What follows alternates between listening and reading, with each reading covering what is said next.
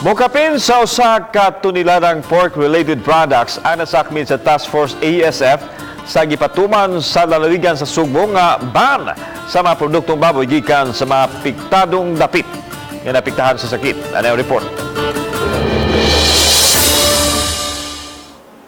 Sa gawas palang daan sa buhatan sa Provincial Veterinary, anaan na kining mga pork-related products. Lagip nini ang chicharon baboy gikan sa Bulacan ug uban pa mga processed meat products.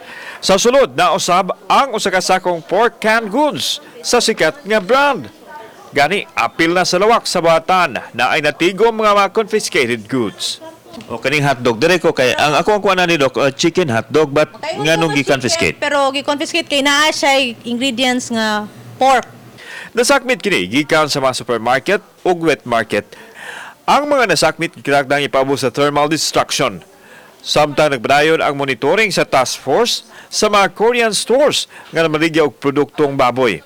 Gitagalan sila sa gobernador sa pag-pull out sa mga produkto human manakip ang Korea sa ESF contaminated countries. So kami na lang may mo-coordinate dito sa mga LGU kung asa ni sila nabutang, and then monitoring na dayon ang mga activities nato. Now if ever there are violations or naatay mga confiscate, i-confiscate siya.